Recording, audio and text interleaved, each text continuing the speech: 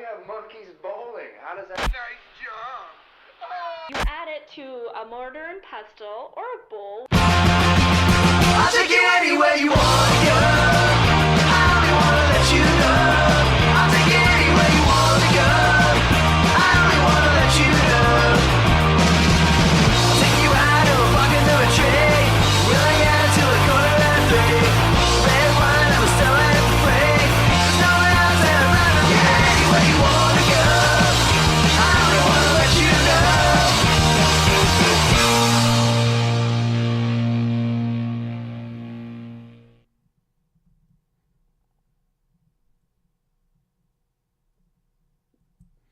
Hi everyone, my name is Mark Chamberlain. I am one of the Canadian Path gurus, I guess you could call it. I work here at the Scouts Canada office, and I'm very happy to be here to talk to you guys about our camps and our Scout properties, and hopefully you guys will get some great info from this presentation. So to start off, as you know, our camps play an important role within our association, and that is something that we never lose sight of. And it's, again, how it can be playing hand in hand with our new program coming out very shortly. But, our camps are something that is very key because it's also something in unique opportunities that it gives to our youth to have. And it sort of helps us literally live our brand promise. It's a key part to help our young members get those amazing scouting experiences firsthand and to really do it in the outdoors. So what is the Canadian Path? You've probably seen documentaries on it or videos or some myth slayers. You've probably seen a lot of, there's a new website that was launched, actually a few new websites that were launched. We even have a Wood Badge 2 that is explaining, Wood Badge 1 and Wood Badge 2 that explains all the whole program and all the new core elements of the program. There's a new Scouter's Manual also. So from there, what you can see is that the Canadian Path is Scouts Canada's new program. It's how we sort of refresh scouting within Canada. The Canadian Path is a redeveloped approach to scouting, giving today's youth some really well-needed attention and opportunities to grow in a better way. How do we do that? Well, it starts with the 4 elements that were created that seamlessly work through all our sections. So we're talking about youth-led, plan, do, review, adventure, and spices. These 4 elements are key to the Canadian Path and to the success to all our sections. When we talk about youth-led, it's how we can actually collect input from the youth, but also how we can actually get them to sort of set some goals and actually explain to us what those goals are. And from goals, we're talking about adventures, some great new opportunities and new experiences that are very meaningful to them and that they want to experience and do. So from there to once they've set that goal is how do we use plan, do, review to sort of plan out those activities and to push them forward. And from that, through the review and the process and the activities that we do, our youth develop these great critical developmental assets, which are called SPICES, which stands for social, physical, intellectual, character, emotional, and spiritual.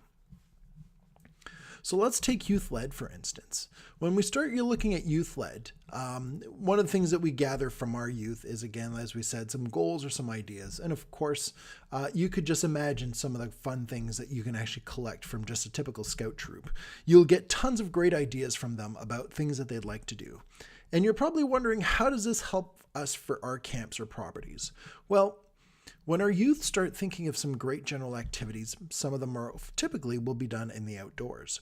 And for our youth, what we try to challenge them with sometimes, especially with the older sections, is that if they have one activity in particular, then we have to start asking some different questions. Like, we have an idea, we want to go canoeing. So where do we want to go for that canoe trip or for that canoeing activity?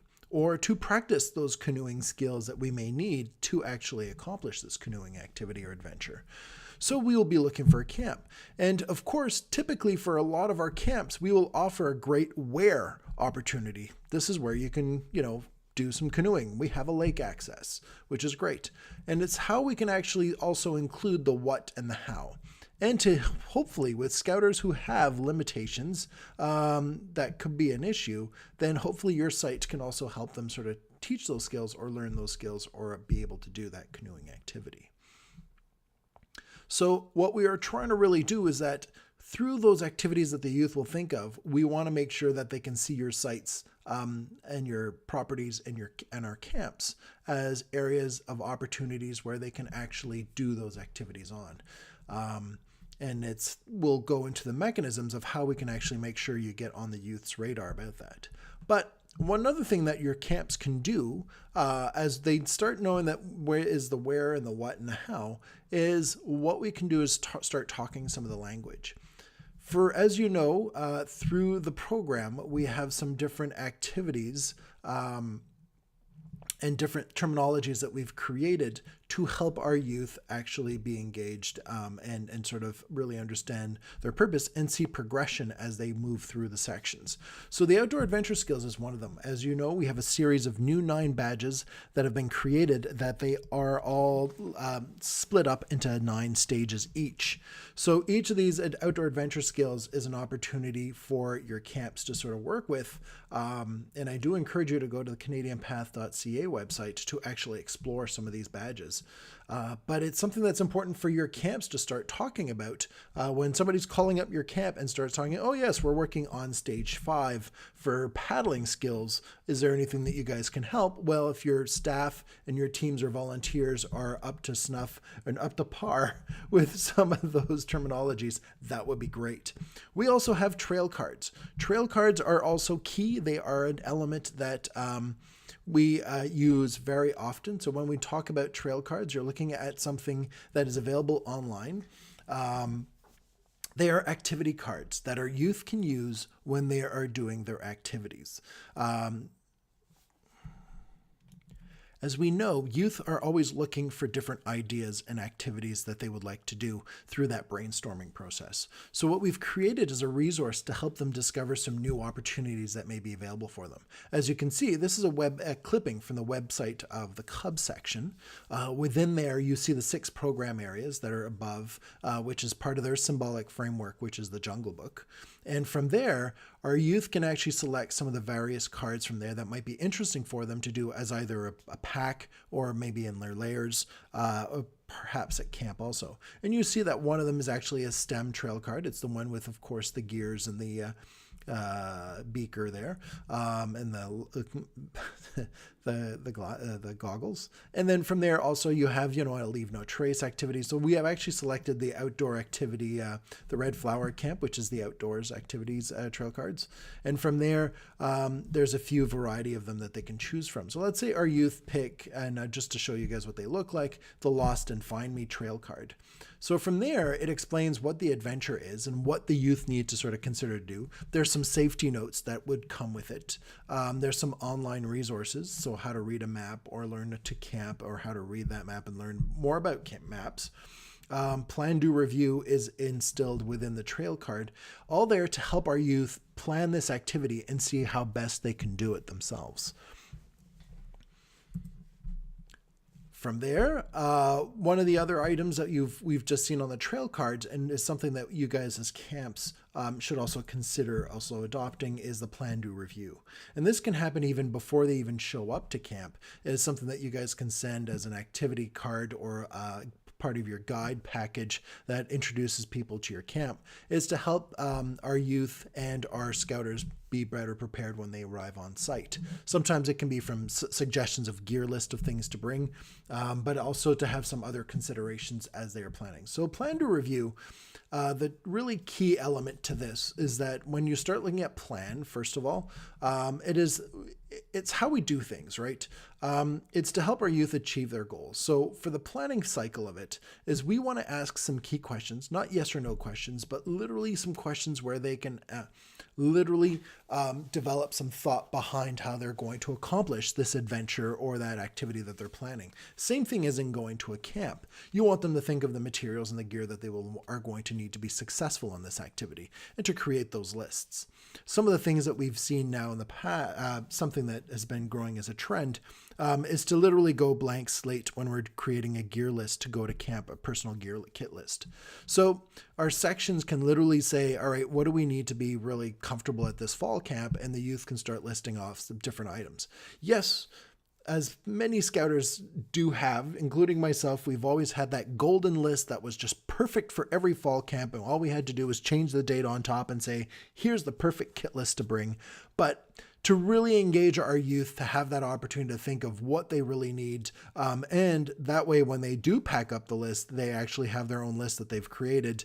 Then that creates a better opportunity and experience for the youth. So how do we do that? Well, again, like I said, start off with a clean slate and get our youth to think literally from scratch. What will they need to be successful during that weekend? What personal gear? And they can list it off and work as a patrol if they want, or in layers or different, depending of which section you're in, to sort of build that kit list. So from there, for your camps, it is, again, to sort of send them, some risk assessment stuff, some questions for them to think about. Perhaps, saying, okay, there's a tobogganing hill. What will you guys require to be successful and to be safe on the tobogganing hill? You guys can send some of those sort of plan, do, review questions to help our youth sort of, create a better plan that they will be able to really be engaged in, and they would literally own it. So planning would be something very important that some of your camps can actually start creating in their guides. From there, we have do. Do is not literally what typically people think it is. They often think it's, okay, we're just doing the activity and we're done. There's a part to it, right? It's part of what we've planned. So when we think about learn any new skills that we need, perhaps it has to be done at meetings or beforehand, before doing the real activity. Well, that's part of the doing process. To test out some of those skills and make sure we have the right stuff. Testing out the gear would be something that we would have also within that do part. Take part in the adventure as successfully as we can, make sure it runs successfully, and then, make sure that it's, done the way we've planned it, which is also very key. And then with review, well, it's not to ask what was the good, the bad, and the ugly, but we go into a bit more development with it. So what we usually ask is we want to know from the youth, again, less yes or no questions, but more opportunities for them to sort of celebrate and review their weekend that they've literally had at camp or at the activities. And it's, again, something that your staff or your volunteers on site can literally ask the youth continuously some of these questions. So again, what do you know now that you didn't know before? Some of those new skills that you've acquired. How did I challenge myself? Did everyone play their part? Or did any surprises happen during that weekend? Sometimes we'll ask also, instead of asking, what you didn't like, we usually empower our youth with a different question of asking them, what is something you would like to change the next time you do a similar camp or an activity like this? And it's great because it gives an opportunity for our youth to problem solve some of the issues they may have had during that weekend or during that event or camp. Some good news for the Canadian Path, as you probably found out not too long ago. It was a really big piece to accomplish, but for beavers can now go camping. Woohoo! Especially without their families. So there's some great information that we've set up online to help our scouters accomplish this wonderful, little feat of strength.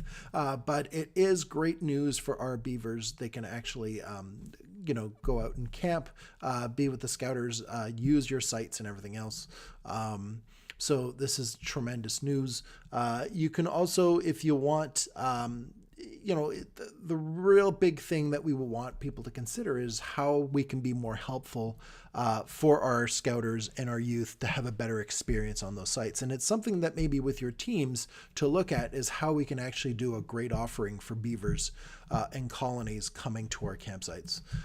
They deserve those great experiences on your sites, and perhaps maybe one of your areas on your campsite becomes just for beavers. You call it the pond, or Friends of the Forest spot. So maybe there's that may happen, but once again, it's, how do you guys see that fitting in to your sites? There are 25,000 beavers in our country, so the potential is there. So really think about that.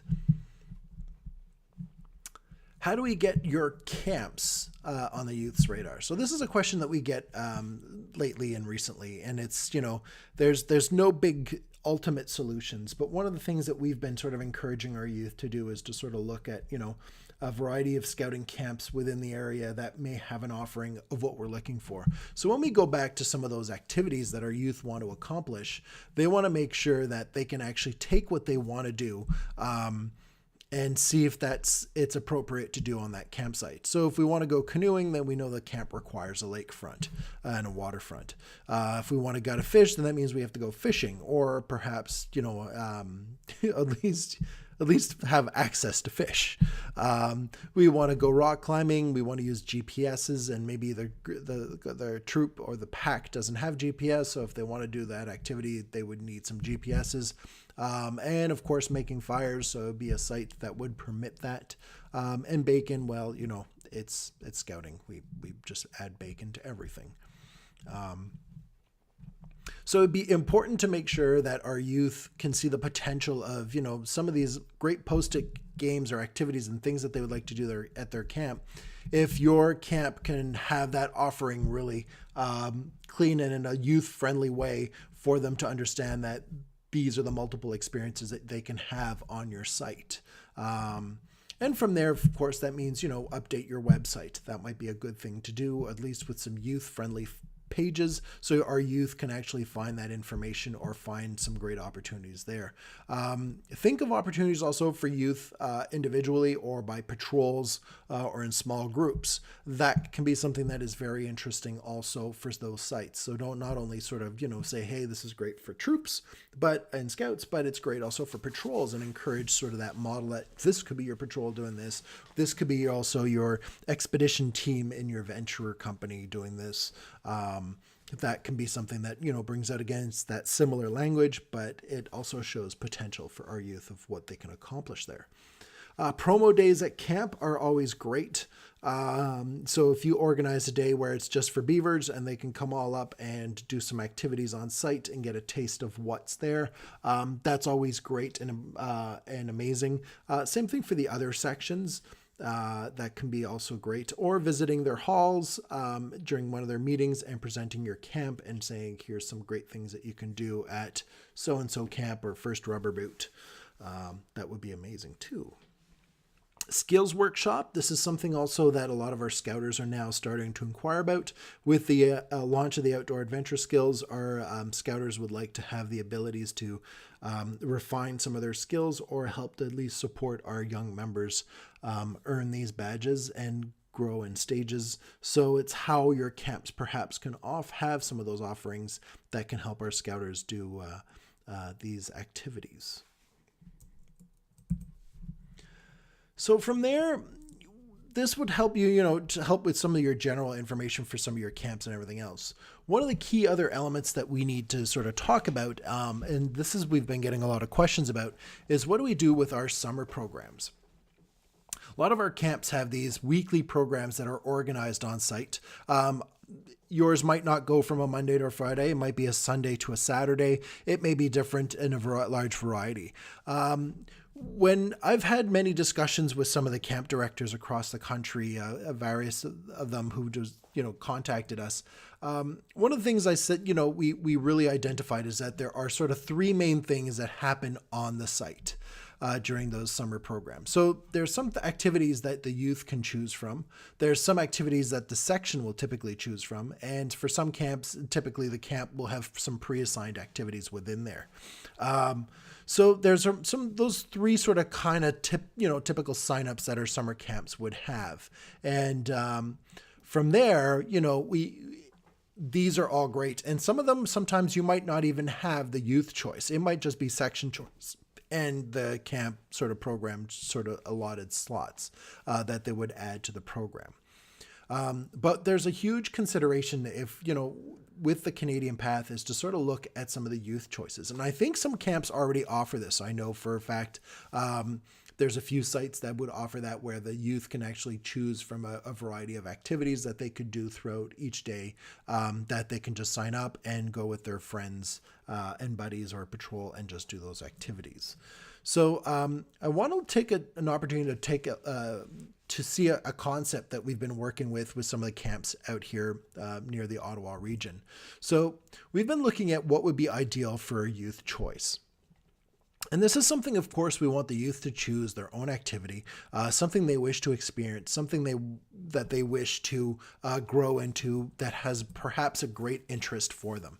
So we started thinking of these sort of, categories or what I've nicknamed buckets of sort of activities, themed activities that our youth can choose from. So if our youth individually sort of looked and says, wow, I want to be a survivalist, or I want to be an explorer or a boater or a climber, I want to, be an iron scout, meaning that, they want to go for some cooking stuff, scout craft, a naturalist, emergency response, or a happy tripper. So these are 9 buckets that we sort of created real quickly, working with a few camp directors, of just some ideas that might be it.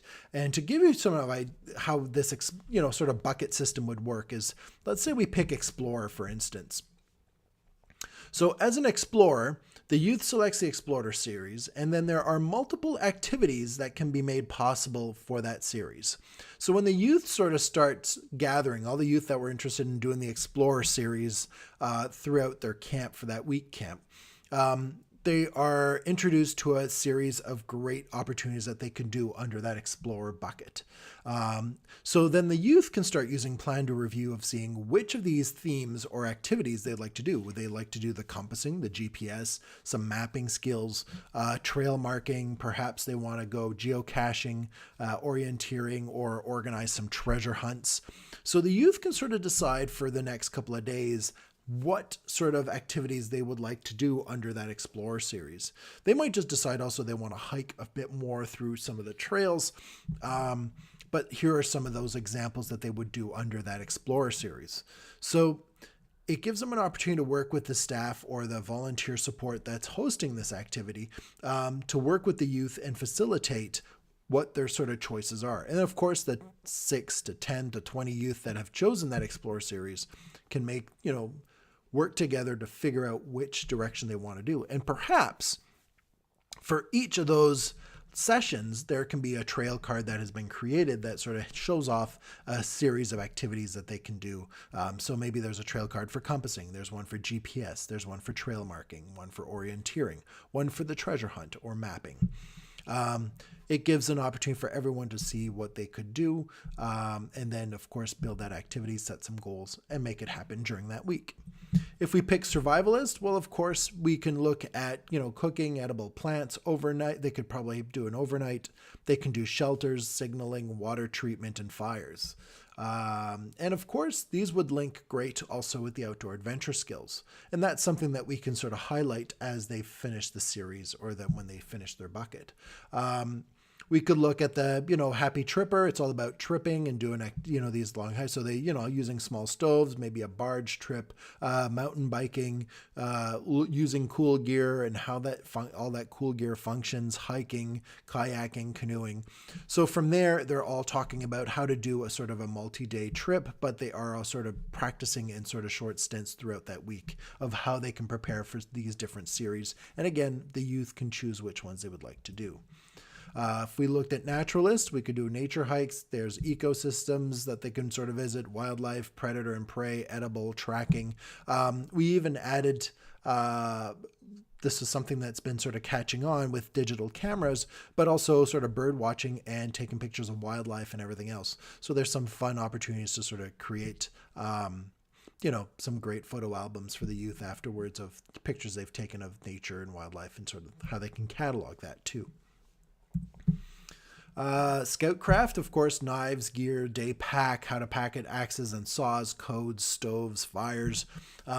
It sort of offers, again, a great diverse offering where the youth can sort of make some choices. Boaters, of course, canoes, kayaks, weather, water emergencies, maintenance, build a paddle, sailing, different opportunities, again, that are related to sort of that activity.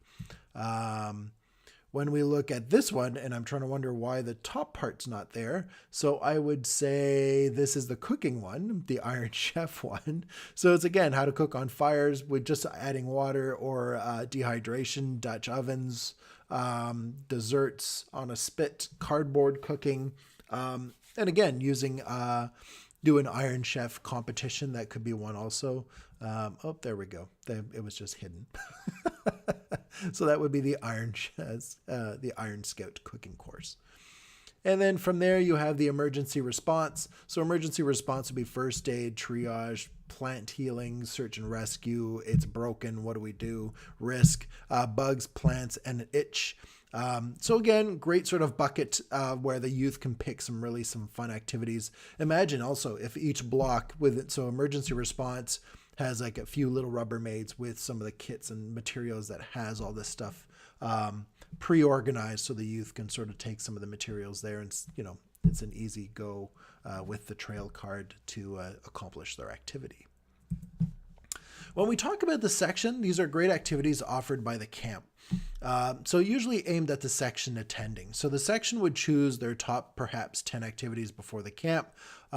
Think also perhaps as a patrol system. Maybe some of these activities could be available as a patrol. These are again just general examples, so they can go rock climbing as a troop, or canoeing, hiking, craft, or as a pack. They can go swimming at the beach, games, projects that they could do on the site.